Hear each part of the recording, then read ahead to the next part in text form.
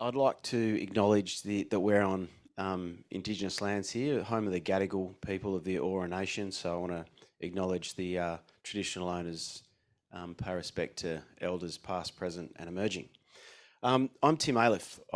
By day, I work as a news guy at the ABC, and on weekends, I write thriller novels. I'm really delighted to chair this session, A View to a Thrill.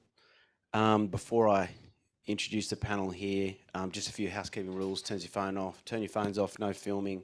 If you're a social media person, which I'm increasingly not, you can use Bad Crime Sydney as the hashtag. But there's some good stuff on that, so social media is good for Bad Crime Sydney. And now to the panel. Michelle Prak. Interesting. We've got an announcement going on here. Yep. Oh, it's a library. It's a library announcement. Sorry, people on Zoom. It's a bit weird for you. It's pretty weird for us as well. But now, Michelle Prak. Michelle is a debut thriller writer whose fantastic novel The Rush came out earlier this year to wide acclaim from reviewers and readers. Michelle has written short stories and women's fiction, and she's currently working on her second thriller novel. Welcome, Michelle Prak. Oh, good clap, thanks. Gabriel Bergmoser is an author, screenwriter and playwright. His work includes the young adult Boone Shepherd series, a couple of Audible originals, the hugely successful The Inheritance and The Hunted books, which are being made into film. And his latest novel is The Caretaker. So welcome to you, Gabriel. And sitting immediately here to my left is the fabulous Candice Fox. She's got more than 15 books to her name and 3 Ned Kelly Awards. Candice is a global bestseller whose work has also been turned into TV. Many of you would have seen Troppo. There's another season of that coming out soon. And she also writes mega-selling novels with a little-known writer called James Patterson. Her latest novel is Fire with Fire. Welcome, Candice. Thanks for having me. We're going to have plenty of time for questions at the end, and I've been told there haven't been many questions from the audience, so there's pressure on you to get involved in the latter stages of this conversation. I'm really keen on hearing from you, and so are our writers on the stage. So I'm going to start with a question for all of us to discuss. Why are readers fascinated with crime? And I'll go to you first, Gabriel. Oh man, cool. On the spot, love it. Look, honestly, I actually think it's quite a simple answer, really, and that is that for most of us, not all of us, but for most of us, we're not going to have a huge amount of contact in our lives with, with the darkest, most dangerous corners of existence, right? Like, we read crime novels about serial killers and about gangsters and criminals and all kinds of things because most of us aren't really going to come face to face with them. And I think that there is always going to be a burning fascination, whether we like it or not, with the more dark and troubling side of things. Always, always. We all have that burning. It's the whole slowing down of going past a car crash thing, right? There is a morbid fascination in all of us, and crime fiction allows us a completely safe, entertaining way to explore that and to delve into those things. I mean, we think about novelists like Thomas Harris writing Red Dragon that allows you not only to explore the crimes of a serial killer, but to delve into the psychology of a serial killer in a way that doesn't actually necessitate you in any way coming into contact with somebody that dangerous. And that's always going to hold some kind of twisted appeal for all of us. And I actually think crime fiction is hugely important for that reason because it allows us to indulge our dark sides without, actually indulging our dark sides. Michelle? I agree with everything Gabriel just said. So yeah, crime is hugely entertaining as well, which makes us all sound a little bit sick, because yeah, it's so very different and it brings us into a different world. But also there are often things for us to puzzle out. There are questions we're working through, so it's an active kind of reading as well. We're not just passively observing, but especially in crime and thriller where we expect those tropes, we expect red herrings and little clues along the way. So it's quite an enjoyable activity, even though grim things might be happening. You've got a lot of guesswork that you can enjoy as well. I'm emotionally burnt out. I don't know. I don't know how you feel, but there are 2 major level wars going on in the world at the moment. We've just come out of a once in 1,000 year pandemic. You know, the Americans quietly dropped the other day that they might be aliens. And you just kind of, after a while, just sort of go, oh, well, there you go, you know. You can pick up your phone and scroll through all kinds of crazy stuff on the internet, just running into a beheading video every now and then and going, oh, yeah, I just have no emotions left. So when I have a spare moment to delve into something fictional and I try to pick up something from another genre and it's like, oh, will they get together or not? It's like, I don't care. I need somebody dead soon. I need several people dead, like, and violently, and the stakes need to be high, and they need to be high fast, you know.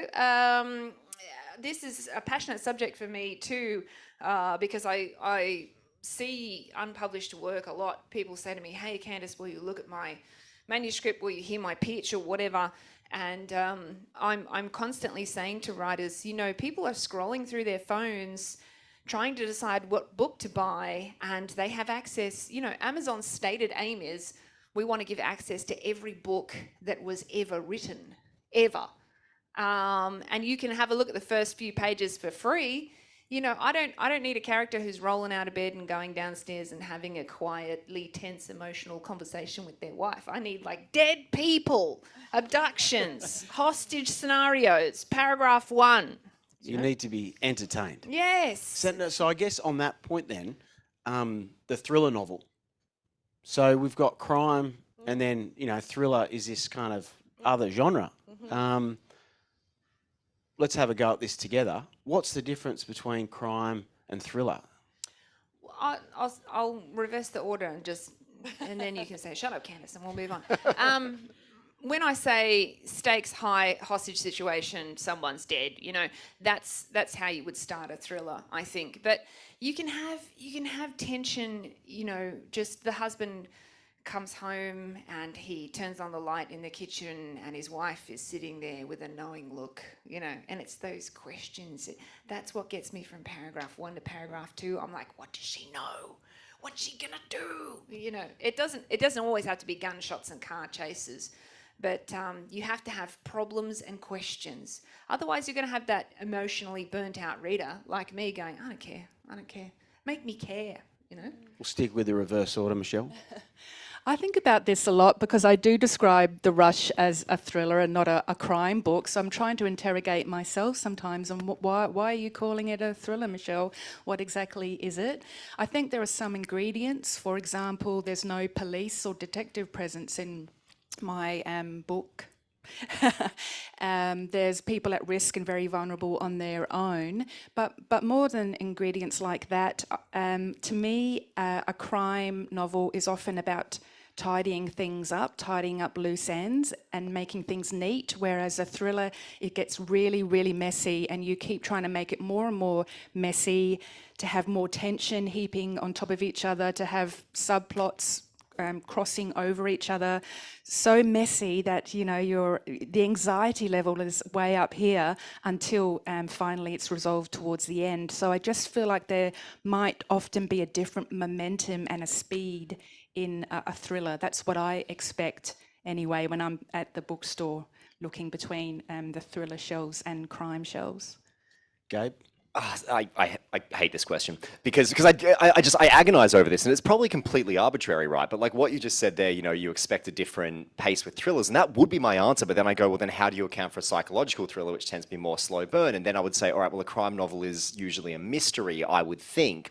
But then at the same time, most thrillers will involve some element of crime, right? Because otherwise, what are the stakes? How's it thrilling? Somebody's got to be committing some kind of crime. I mean, technically, The Hunted is a crime novel because human hunting and cannibalism are crimes. So I guess it counts as a crime novel, but who would ever categorize it that way? You know, it's kind of first and foremost a horror action thriller. So I don't know. I think you're probably right on that. But I also think at a certain point, I mean, even the argument that like a crime novel usually should be some kind of mystery, it's like, well, then how do you account for the mystery genre? Like, is that a separate thing again as well? And I mean, if a crime novel is a mystery novel, then what about The Godfather? I mean, that is a novel completely preoccupied with crime, but there's no real mystery. So I genuinely don't know. I think the distinctions are maybe kind of arbitrary, or maybe somebody smarter than me knows what it is. But at a certain point, I'm like, you know what, I'm going to trust the booksellers to put it in the right place on the shelf, and I'll just not think that much about it. It's fun to think about blends as well, because everybody Yeah. talks about Lee Child and the Jack Reacher series being thrillers, but sometimes they're just a very slow, gentle unfolding where Jack Reacher's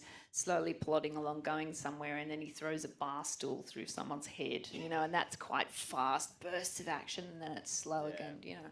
Yeah, I mean, it is. There is no hard and fast rule, really, is there? But I remember when I was having a conversation with Chris Hammer on a panel about this once, and I was saying, in my crime thrillers, he went, no, mate, you write thrillers.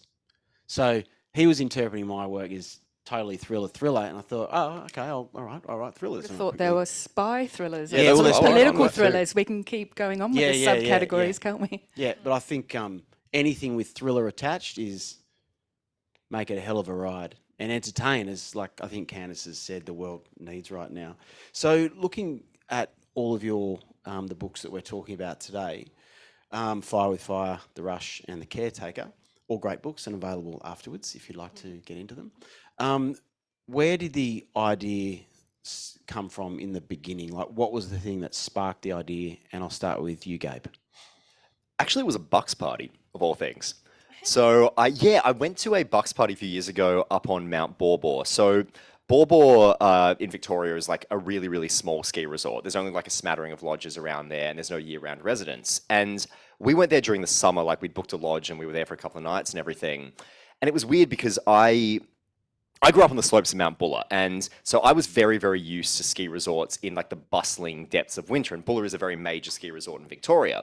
But also at the same time, growing up in that area meant that I spent a lot of time on the mountain during the off-season with the people who live there all year round. And so yes, it's not as bustling or as exciting in those times, but there are still people who live there. There's still life. There's still things going on. But I was always fascinated by the way that ski resorts in the off-season have this really eerie starkness to them. Like everything's kind of a bit grey, everything's washed out, it's still kind of cold, all the vegetation has to be really hardy to kind of last, and there is this beautiful, ghostly, strange melancholy to them, I think, because it's almost like they're waiting for winter to come back and for things to fill up again.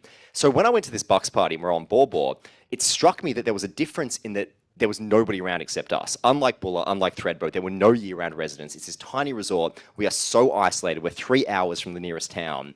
And of course, you start thinking, if anything goes wrong, what do we do? Like, what do we do?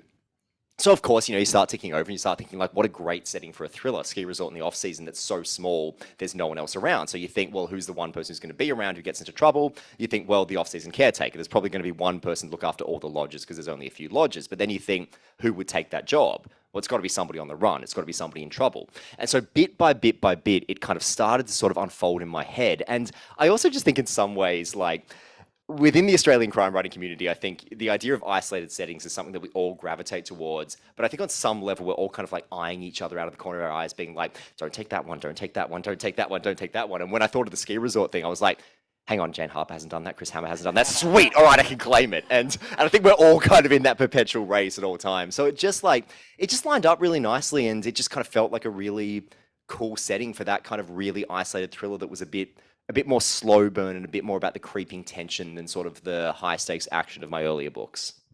How about you, Michelle? I had a similar attitude and perspective, I think, in that I'm a person that says, what if?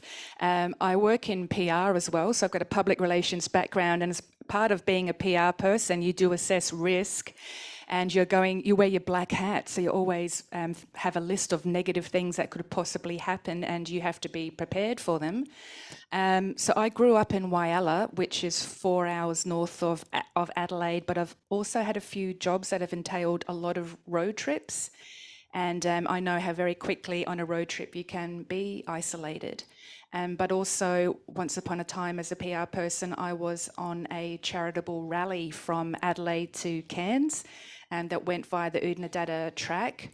And that was quite isolating in that there was definitely no mobile reception, and we had CB radios to keep ourselves connected. And even then, that does count on the other cars being within a safe CB radio range. And again, it was burbling through my mind, you know, if we have an accident, it's so very tricky to get any help out here.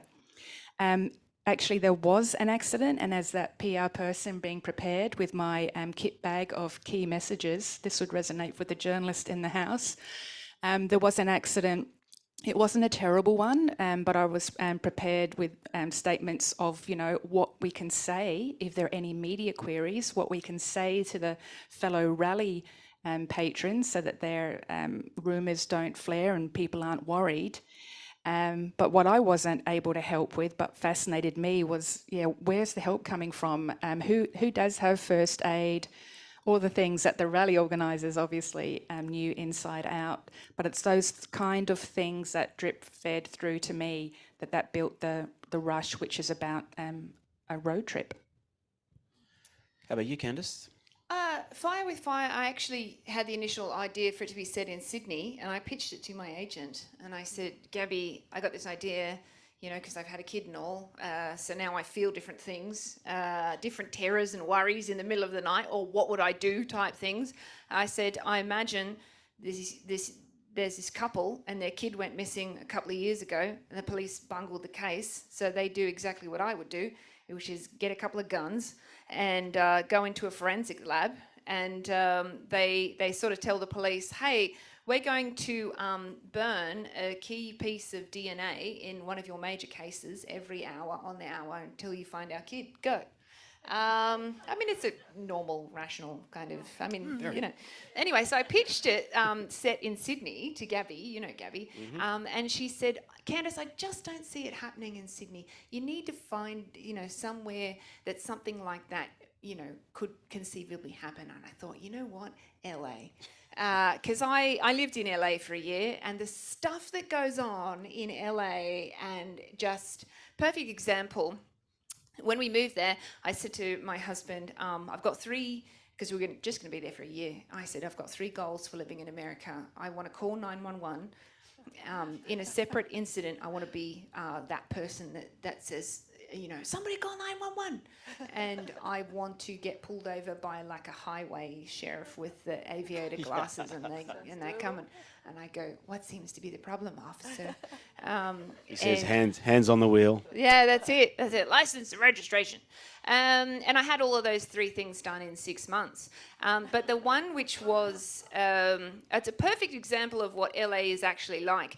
Tim and I were driving through LA, regular Sunday afternoon, sun's going down, palm trees. We come to this intersection, and there's a homeless woman with 2 hammers, and she was swinging them madly at cars as they drove past, and obviously very drug affected, and you know, and shouting at people who weren't really there. And I said to Tim, not that Tim.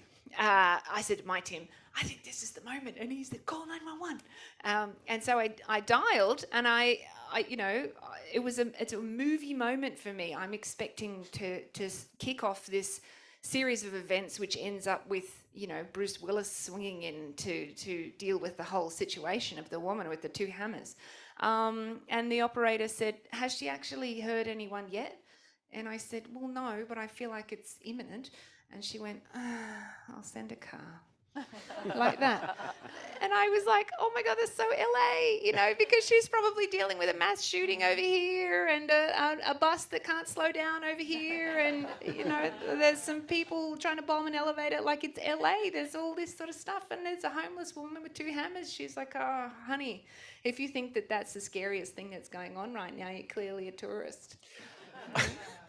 I think, I guess leaping off that comment around, you know, how crazy life can be in a place like LA, you know, the truth is actually crazier than the fiction we write, isn't it? I mean, when you think about the crazy things that go on, and I won't go through horrific crimes, but, you know, we've had people locked in basements of houses for like 15 years, and then suddenly being discovered in, you know, Europe and the US. That's happened. And so how much real life do you feel is in your books? Me? There are little sprinklings of it throughout. It's very heavily disguised. For example, in Fire with Fire, one of the main protagonists, Lynette Lamb, is trying to join the LAPD, and that has been her big dream for life, is to go into the LAPD and become a police officer, and she's going to slap the uniform on and fit right in, and everybody will love her, and she'll be part of this big family. And that's how I felt when at 18 years old I joined the Navy. And it was just a terrible idea, absolutely terrible. But that's the desire. I saw one of those recruitment videos with all the amazing music and the ships sailing through and everyone's wearing the same uniform. And I thought, I'll put the uniform on and I'll fit right in. And Lynette's problem is that she cries all the time. She cries at the drop of the hat. And I'm exactly the same. You know, you look at me wrong and I burst into tears, which really wasn't an asset when I joined the Navy. So I'm kind of writing about myself, my young self at that time, fronting up on day one to this huge organisation and having this dream, which everyone else, hopefully the reader and everyone else can see, it's like, oh, it's not going to go very well. And it doesn't. It goes very badly for Lynette, you know, on page 3 of the novel or whatever it is.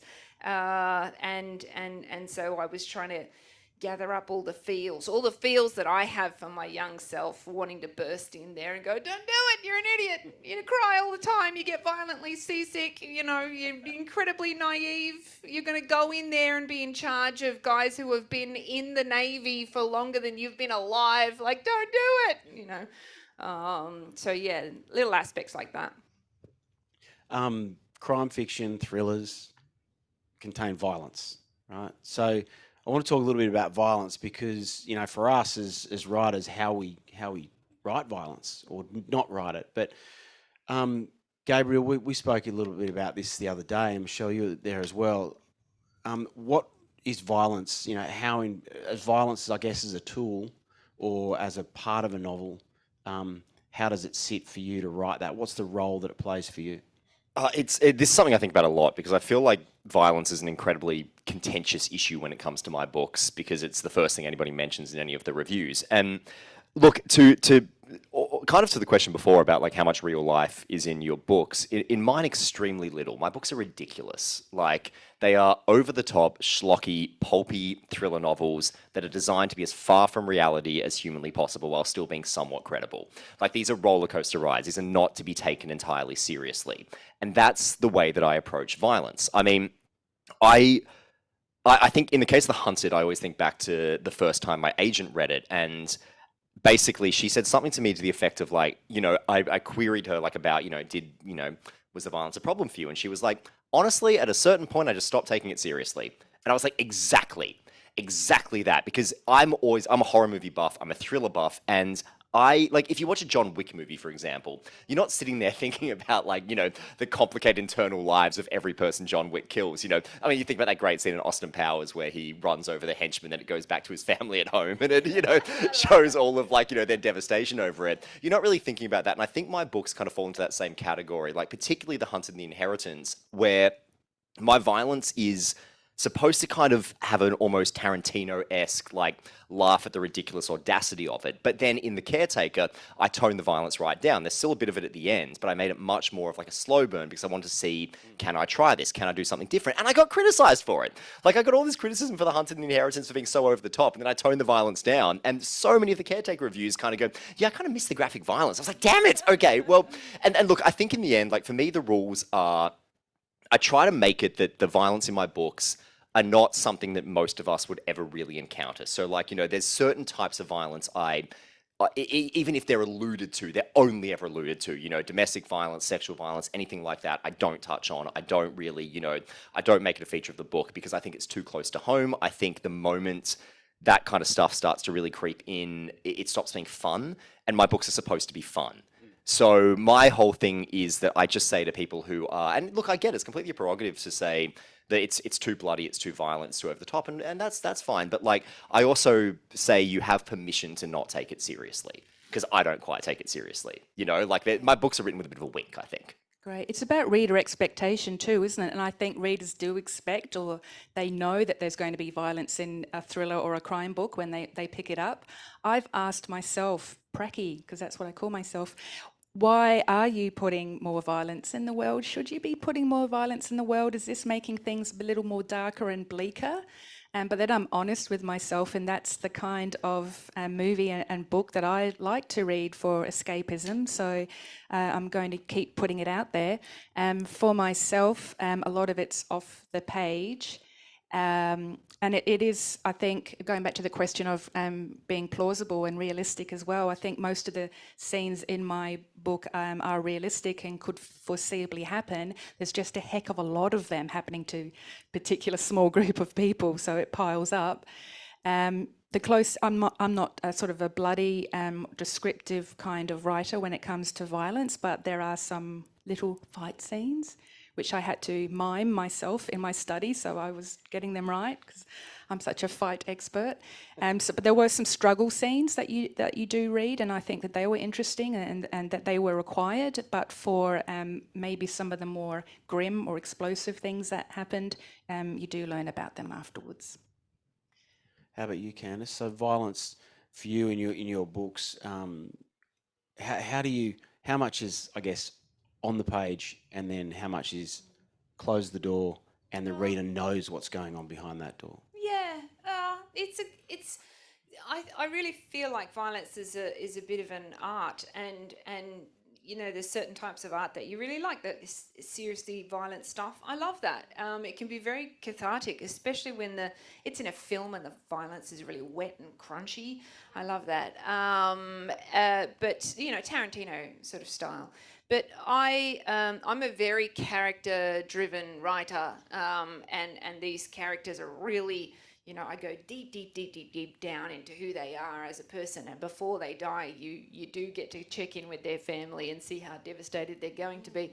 So it doesn't necessarily need to be graphic violence when I kill someone, because I've really loaded you up for that moment. And I love to see it coming in films as well. I'm sitting there with my husband all the time going, this guy's going to get it, you know, because you can see them, you love them so much, and they're often like, oh, I just got married and my wife's about to have a baby and I love my life so much right now. What a good person I am. I'm so kind. I always say to Tim, watch out, he's going to get it.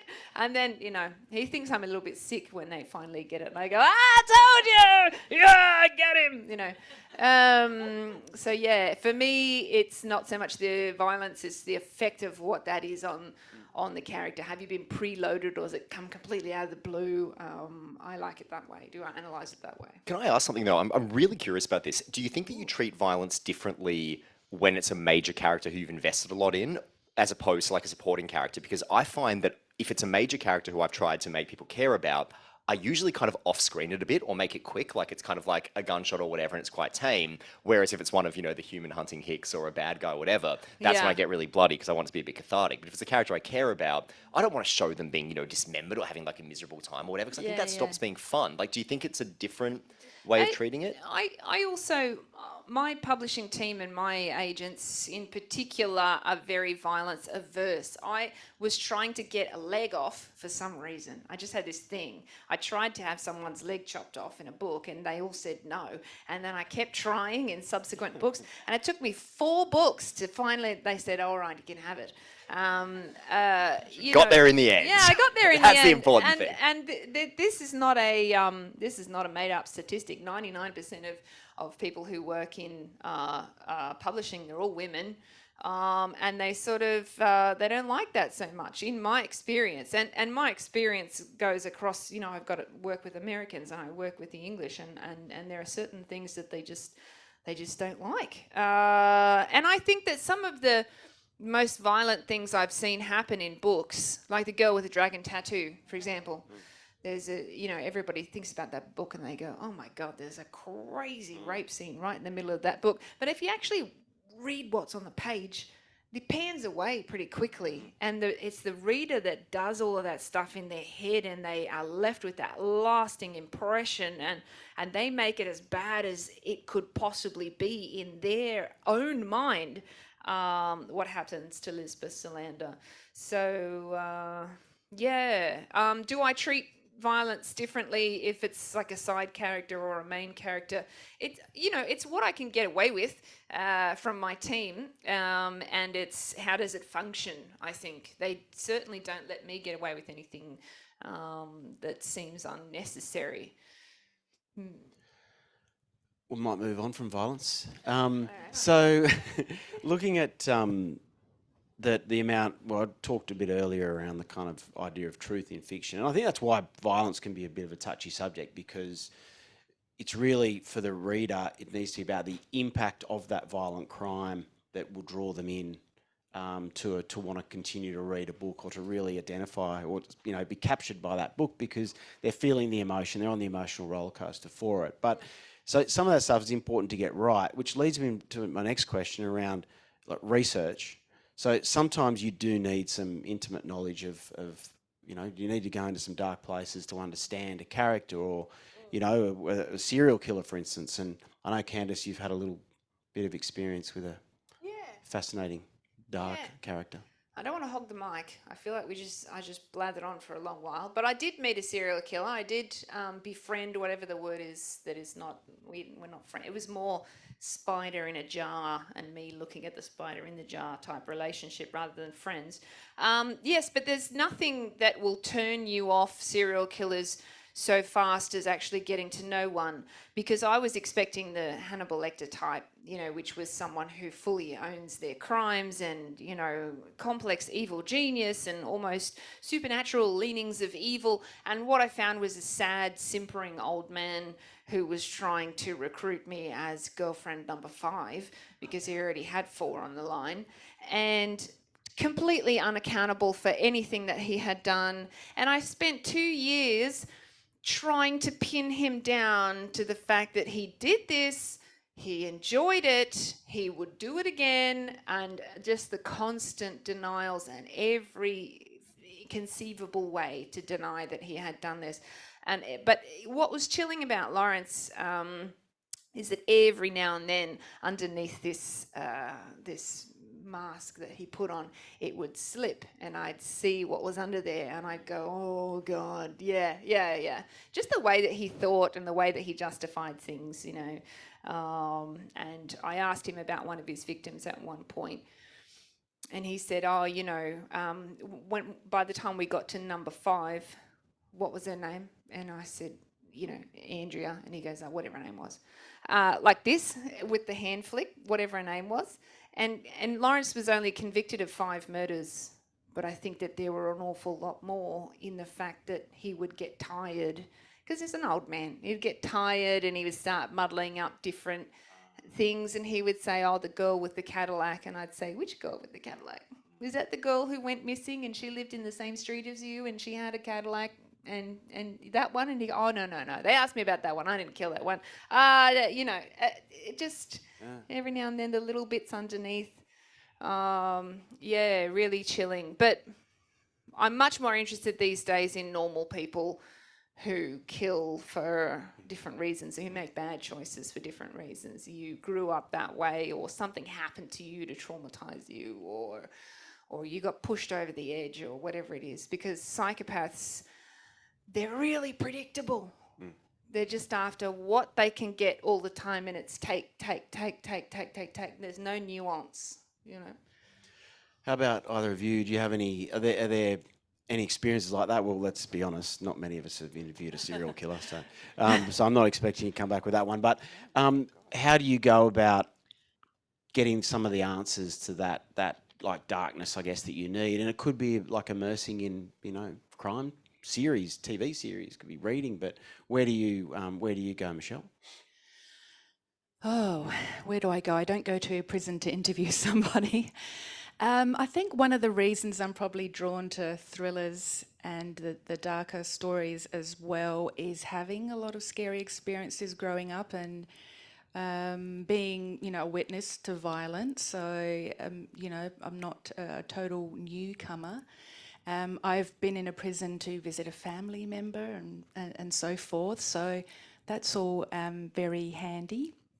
And I suppose As well, I've mentioned I'm in PR, so I've been a journalist as well. So, and as part of that, you have to read the newspaper quite a lot, and we know that the bread and butter of most news coverage is crime. So yeah, I guess many relentless years of reading about real crimes. I don't often crack open a true crime book, but certainly read a lot of crime coverage. And that old cliche, truth is more fascinating than fiction. I guess that inspires as well. That builds up that body of knowledge of what can happen and what actually does happen. How about you, Gabe? I think my approach to research is maybe slightly unconventional in that I do it as I need it, but again, because most of my books, like for example with The Hunted, the human hunting town and everything, like there's no real life analogy to that you can use. There's nothing you can really explore that will back any of that up. And likewise, with Inheritance, there was some stuff I had to know about, like the way that police work. And again, like my books take place in like a heightened universe. It's like a little bit like the John Wick universe, where everything's just a little bit more extreme than it is in real life. So like, I want to make sure that everything is credible. And if there's stuff I need to know, like I want it to all be more or less like you can suspend only a little bit of disbelief, but there are specific things I have to know. But in terms of, I don't know, it's like I also think like even as extreme as my books can get and as silly maybe as they are in some respects, I want all of them to be rooted in something real. I want all of them to be rooted in something that comes from real life and matters to me. And I mean, when this maybe harkens back to the violence thing a little bit, but the reason I wrote The Hunted, for example, was because I have this theory or this belief, and I saw a lot of this growing up, that there's this uniquely Australian thing that happens a lot, very often with like Australian men in country towns, which is this way of needling, attacking, and being really awful to people. And the moment you defend yourself, it's just a joke, mate. It's just a joke. It's just a joke. Like and I've told this story before, so forgive me if you've heard it. But when I was a kid, there was this kid who used to bully me in the country town I grew up in, and would like really target me like day after day after day. And I would get really angry, and I'd kind of yell back at him and whatever. And he'd always, with all his mates, be like, "Oh, what's wrong with you, mate? What's wrong with you? It's just a joke. It's just a joke. What's going on? It's just a joke." And the thing about that, the thing that's so insidious about that, is that there's nothing you can do. If somebody says, "Oh, it's just a joke," the moment you continue to get worked up, the moment you continue to defend yourself, you're the one who can't take the joke. You're the problem to everybody watching. You're the idiot in the situation. You're in the wrong. And it's really discombobulating. And this guy would do this again and again and again. Anyway, there was one day where I was dating this girl. I was 14. And I was walking with my high school girlfriend down this back street in Mansfield that I've just outed my country town I grew up in. But anyway, it's a lovely town, just, down this back street in Mansfield that I didn't realize he lived on. And I'm walking down the street, and him and his mates are hanging out the front of his house. And he sees me, and he starts yelling out and calling names and everything. And because I'm trying to show some bravado in front of this girl, I start yelling things back at him. And then he comes at me with a baseball bat full of nails, picks it up, and just fully comes and swings it at my head. And that was the moment when I realized it's not just a joke. It's almost never just a joke. And, it's like, obviously I'm fine. I got through that and everything, but like, it's one of those things where like I don't know, you just kind of have these moments where you realize like, there are these like darker truths bubbling under the everyday all the time. And that was very much what I wanted to root The Hunted in. I was like, what if I take that idea to its most logical extreme? What if you have a couple of people who end up in this town full of guys who are just like good old Aussie larrikins, and they're always like coming right up to the edge of violence or right up to the edge of being inappropriate. And one of these backpackers is like, they're fine. They're just, they're just country blokes. And the other one's like, I think there's something wrong here. And then when he reacts against it, that's when they snap and they reveal what they really are. So I do believe that while The Hunted is exaggerated and extreme, I think that what it's actually talking about at its heart is quite true. And that's what I try to do with everything. I try to make sure that everything I write, no matter how far it goes, no matter how over the top it gets, has that one little germ of something that I at least believe to be true. It's like the jump off point is real. Absolutely. Always has to be. Otherwise, why would you write it? Yeah. Sorry, Candice, you were going to say something there? It so rings true with me because I was just at the Dubbo Writers Festival, and Dubbo's not a small town, but it's smallish. We made a whole family trip. And I brought my husband and my daughter Violet, who's 4, and so I was teaching all day and Tim was with her.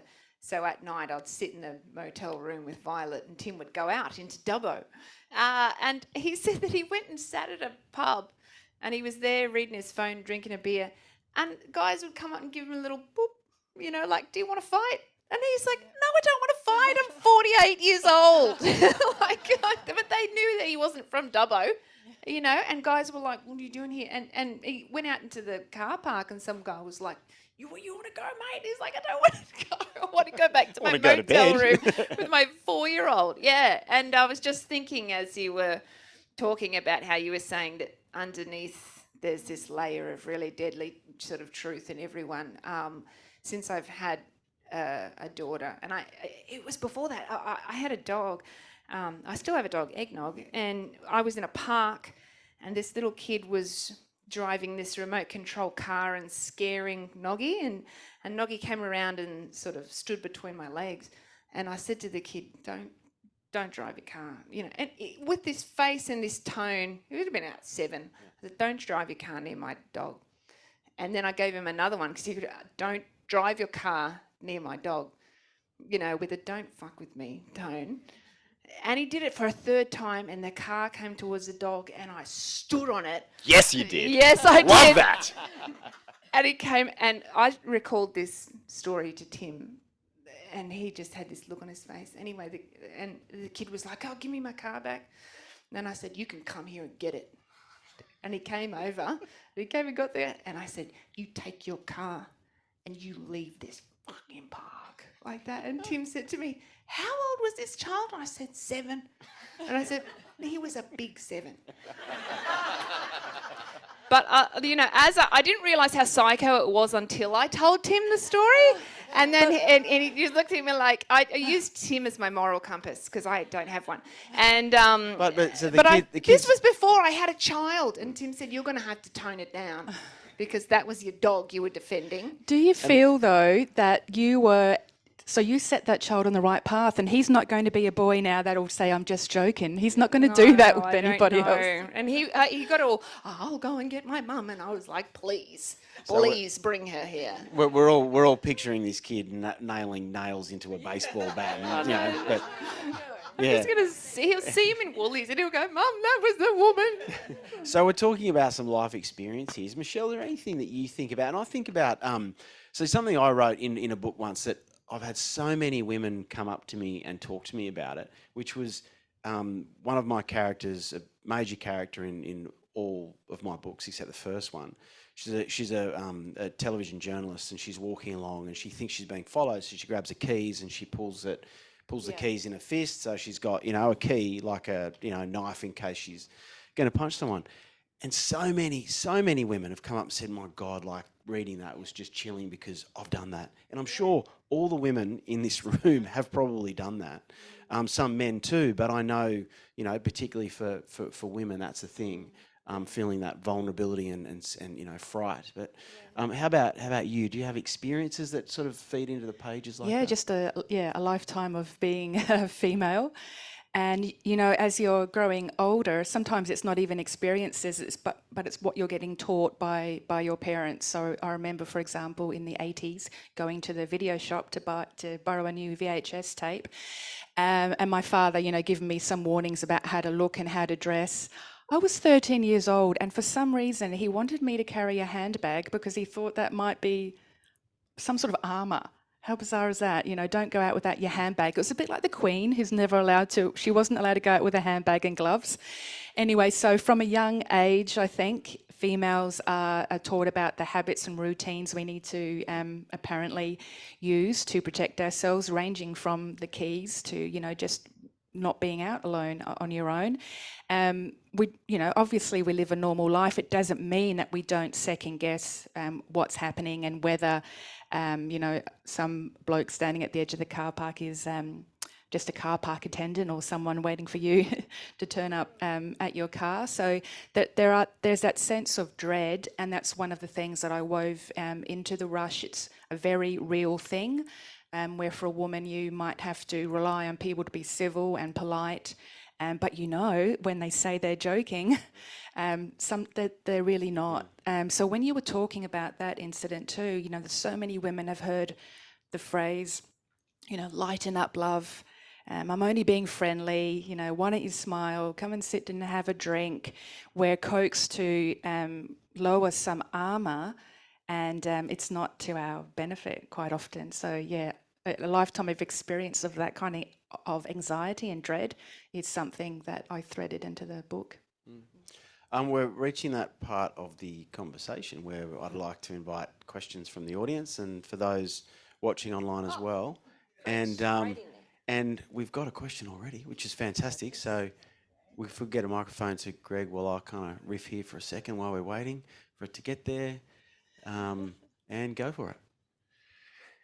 Hi guys. Yeah, great conversation, really enjoying it. I'm still not clear on the difference between crime and thriller. And yeah, I agree with Candice. I think you've got to show the body right up front, and so we know what kind of world we're in. But P.D. James did that in the first sentence of nearly every book. There was nearly always a body in sentence number one. But that didn't make her stuff a thriller, because you know there might be another 150 pages before you get another murder in a P.D. James book. So is it partly about pacing, do you think? And if so, got any tips about pacing? Who wants to take? Well, before you take that, one thing I think we didn't say about crime and thriller is that in a thriller there doesn't need to be a crime. So maybe that's a distinction that we can throw in there. But sorry, Gabriel, I interrupted your thoughts. No, just pacing I think a lot about, because, you know, particularly with the pivot from the first two, which are very much action thrillers, to then the third, the Caretaker, which is not part of the same series, but like is kind of more of a slow burn. And I was terrified writing the Caretaker, because I was like my I guess my comfort zone so far has been really fast paced, really frenetic, lots of action, people dying every couple of pages and everything. And then to write a book that wasn't like that really scared me. So you go, how do you keep the pace up? And I think, Candice, you touched on it before by talking about questions. And I always say that my favorite ever opening line in any book was Red Dragon, which I've mentioned before because I'm obsessed with it. But the first line of Red Dragon is, Will Graham sat Jack Crawford down at the bench by the sea and gave him a glass of iced tea. On paper, well, literally on paper, it seems like the most mundane opening line ever. Except you read the next line. Why? Because it throws you in the deep end and makes you go, hang on, who's Will Graham? Who's Jack Crawford? Why are they sitting down? The very next line, you don't want to talk about it here, Crawford said. I don't want to talk about it anywhere, Will Graham said. But you've got to talk about it, so let's talk about it. Well, now you're going to read the next line, because what are they talking about? And then you start to find out more and more and more. And by the end of that first chapter, I defy you not to read the rest of the book. Now, Red Dragon doesn't actually have a hell of a lot of, you know, action in it until about the halfway point. And even then, it's sporadic and it's spread through. But to me, pace is actually not about kind of, you know, my older screenwriting tutor at VCA used to say, like, it's just having something interesting happen every 10 minutes, something that changes the game, something that pivots the story. And I think that the way you achieve that is through questions and answers. You set up questions, you make the audience ask questions, you give them things that they want to know the answer to, and then as the story goes on, you thread through more and more and more in their little fish hooks, and then you pay off the answers. And I think if you pay off the answers in ways that actually create new questions, that's when you really have the audience on the hook and you drag them through. So to me, it's about that push and pull, the dichotomy between new questions and reveals, more than it is about action, I think, anyway. I think thrillers would involve more peril as well. You know, these people are in actual peril, whereas, you know, on the bell curve, the quieter crime sort of novels will be more, how will they find out, how will they reach their goal, and the survival element isn't so heavy, maybe. But all of these things are just chopping something into infinite subgenres, and it's kind of wonderful, because everyone gets to be a bestseller. Then they're like, oh, I'm #1 bestseller in thrillers that involve a cabbage and a ham and I love those Amazon divisions so much. Those real, like, you know, it's like, you know, small town vigilante thrillers with female protagonists. The Hunter's #1. Yes, like, love it. Yeah, I don't think it really matters. I just think, you know, you whether you're trying to write something more mysterious or you're trying to write something more, you know, you have your reader pouring sweat while they're reading it. It's with any kind of crime novel, you have to be saying to the reader, do not leave, because shit's going to get real in the next paragraph. And then, you know, that's paragraph 2. And then paragraph 3, you're like, do not leave. You know, and that's how people go all night, no matter what genre it is. the needing to know, the constant needing to know. Sometimes short chapters as well with thrillers. I find. Yeah. I mean, but that's Michelle, do you have any other thoughts on that? No, I feel like I'm still learning. But one thing I do for myself is just have a little note. Reader is scared here. Reader is scared here. And the more of those reader is scared, the better. Yeah, and if there are any other questions, please put up your hands. We have an excellent, online we've got question. two. Oh, we do. Go for it. Was there anything that surprised you about the reality of becoming a published author, as in the reality versus what you thought it'd be like? I mean, everything. I don't know about you guys, Well, but the, it's the rivers of gold don't flow not at the quite, very no. beginning. Yes, talking about Amazon lists, a surprise was being listed as a Christian mystery. So I don't know where the Christian stuff comes from, but I'm doing well in Christian mysteries. Bestseller in Christian mysteries. with Great subgenre. Chase and Cool. Dead Person. It'd be a big one, I'd imagine, too. Go on, Candice.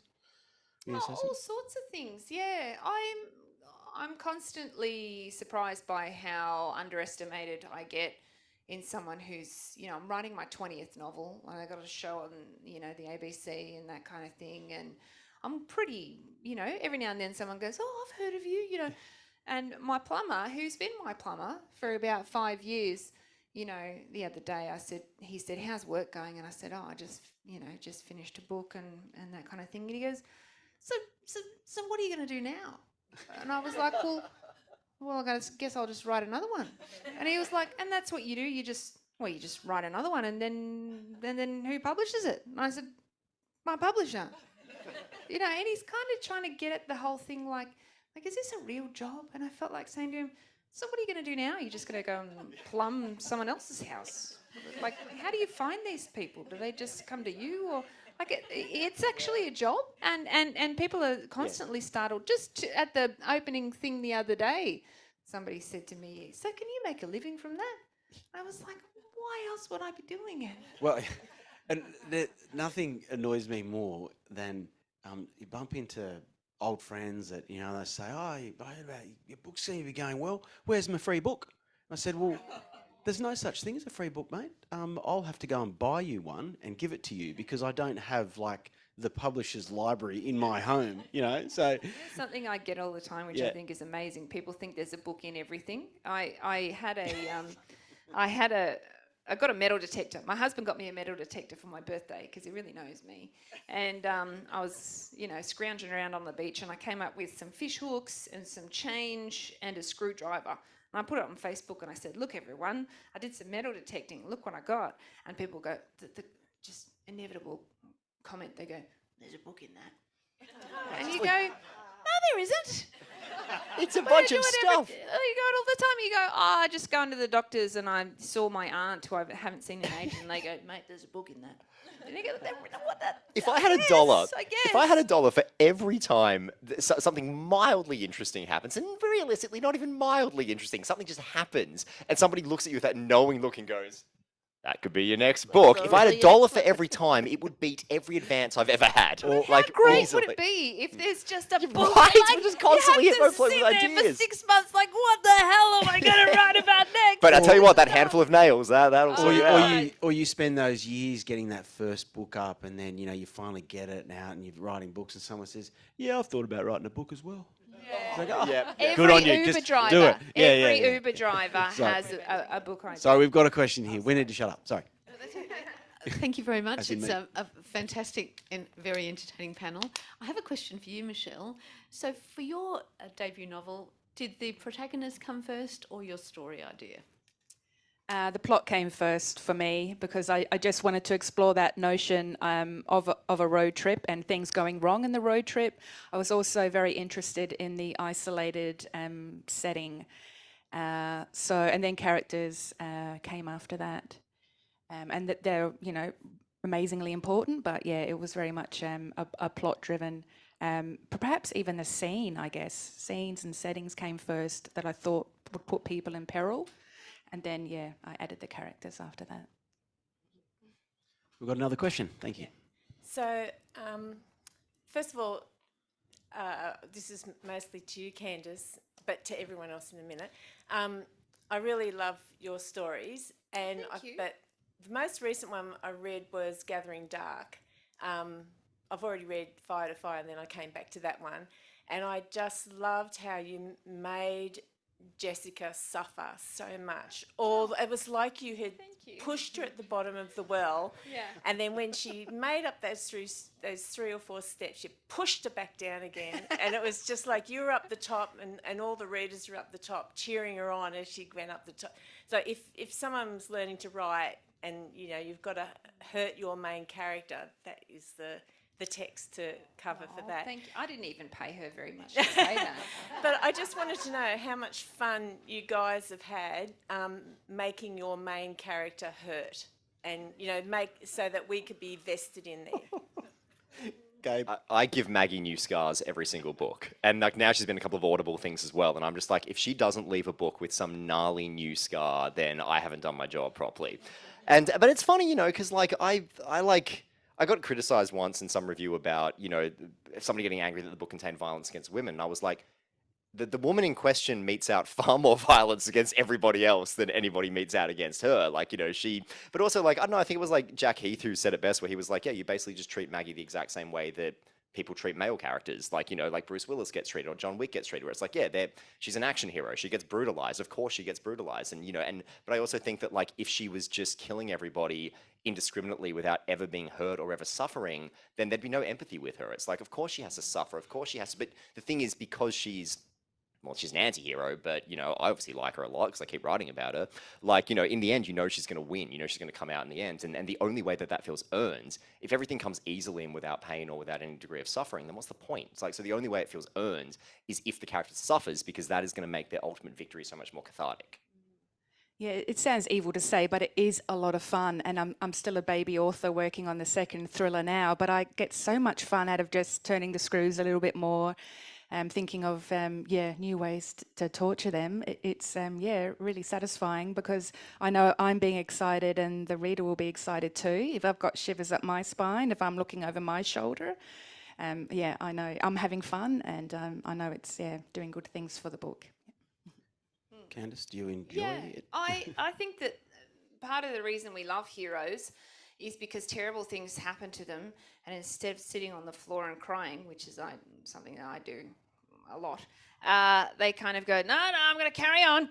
I can get through this, and you kind of go, yeah, and then he gets kicked down again. They go, no, that was good for me. Now I know not to get kicked like that again. And sometimes that's the challenge, when things happen to Jessica. It has a terrible time in that book.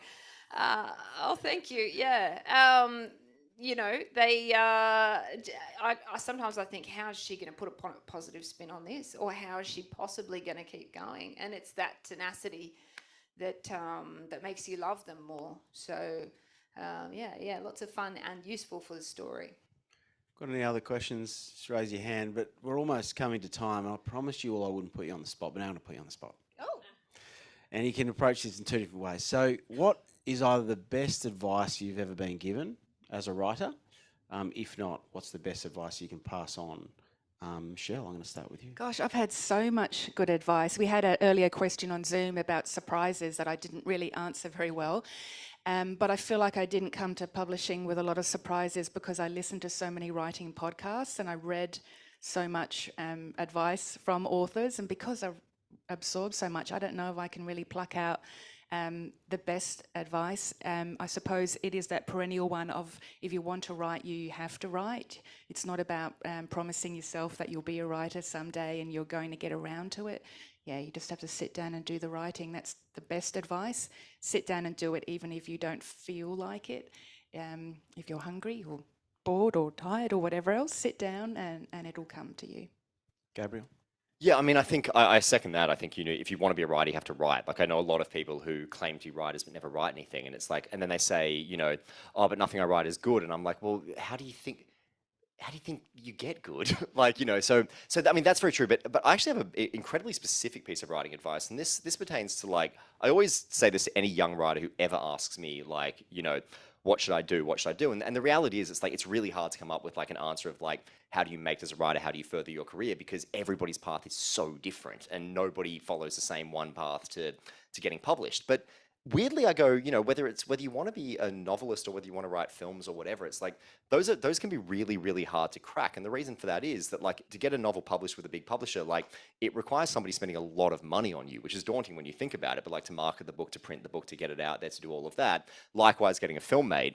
I believe that the most I learnt about writing, and the thing that honed me as a writer, was that I wrote theatre for years. I wrote independent theatre. I would write tiny little 4-person plays, and I'd put them on with my friends who, I used to work at a theatre restaurant, so I had actor friends, and we'd put them on in little cheap theatres in Melbourne.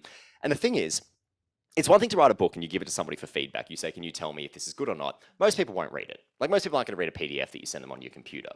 But people will come and see a play, because it's a night out. You come out, you have a drink and everything, and I tell you what, when you sit in an audience of something you wrote, watching it play out on the stage, you are attuned to every gasp, every yawn, every time somebody falls asleep, every time somebody doesn't laugh at one of your jokes, every time somebody does laugh at something, every time the audience lean in. You can feel the energy in the room. If you're sitting there with a bored audience who are not engaged in your story, you will know, because you are watching all of them more than you're watching the play. If you're sitting there with an engaged audience, you are sitting there being like, and the reality of it is that, like, nothing will teach you faster what works and what doesn't work than seeing firsthand an audience reaction to something you write. Somebody reading your book, you're not hovering over their shoulder. You can't see how they react. But in that instance, and, you know, it's like, it's relatively cheap as long as you have people who are willing and able, which, you know, you always will. You learn so much so fast. And it was the most beneficial thing I ever did. And that's a really, really specific piece of advice that I can give that I think not enough writers actually ever consider, because you want to be the sexy novelist or the sexy screenwriter. Nobody ever thinks a sexy playwright, because there's probably no such thing. But sorry to any playwrights out there, I was one. But yeah, I actually think that is something that taught me more than any study I ever did, any courses I did, any reading I ever did, was that, you know, it's a trial by fire that's enormously beneficial. Candice? Yeah, I have a lot of advice for people who want to be writers. So, you know, we don't have 6 or 7 hours. But one little thing that I think which is essential, and if you don't do it, you're going to be a crappy writer. And if you do it really, really well, you could be amazing. Listen to people. Work on your active listening skills, watch them, and listen to everyone who wants to talk to you. You know, it's insufferable for my husband, because he says, if we get on a train and there's a crazy person, there's 100 people on the carriage, they will weave their way through and find you and sit next to you and tell you their life story. And if you have one of those, you know, people say, you've got a really open face, and people want to tell you things. I have been told I have one of those, and the little gestures and the things, and I'm doing this to you because Freaking me out, I gotta say, but go on. An example that I have used before, I've never used it to you in front of you, is something you were doing once. You used to wear glasses when I very first met you, and I was listening to you and watching you one night while we were there at dinner with a couple of other crime writer friends of ours. And I don't know if you were just doing that night or if it was something that you used to always do, but you kept pushing your glasses up on your nose, but before you would do it, you would boop your own nose and then do the glasses. And I was just, someone else was talking, I was just sitting there watching you, and you were going, boop. And that was how you found your glasses, maybe? And I thought, that is absolutely adorable. And if I ever want to write about somebody who's adorable, I'm going to remember that. So the way that people talk, you travel to New York and you listen to the way that people talk, and if they say, up on 5th Street or down on 29th Avenue, and you say, oh, okay, up or down, you know, and this and that, and or the way that they talk, or little gestures and things. If I want to write about someone from New York, you hear it, you hear the way they talk, and you watch them, you watch their gestures, and that's how you get the dialogue right. And the little things that people do, with the hand flick when Lawrence sort of went like that. The serial killers, like, this is a human life that I have destroyed, and everyone associated with that life. But to me, it's just flick, If you can cultivate that, you will be a good writer. Yeah. And now I'm incredibly self-conscious. I have an itchy nose, but I can't touch it because Candice will be judging me. But look, two quick things from me. Bum glue. Bryce Courtney said that to me once. I was really lucky to spend quite a bit of time with him before he died, and bum glue was his thing. And the other thing, which is my publisher, my former publisher, I'm still with the same publisher, but Fiona Henderson's no longer there. She once said to me, "How is that chapter advancing the plot?" So I think that with every single chapter I write now, how is the chapter advancing the plot? Because you can a paragraph. Yep. So yeah, but look, this has been such a delight. 3 fantastic authors. Their books are going to be for sale out there. We'll all be there signing books. If you're keen to come along, have another chat or get a book. But Gabriel, Michelle, Candice, well done on your books. Thank you to everyone for coming and supporting the festival and supporting us here today.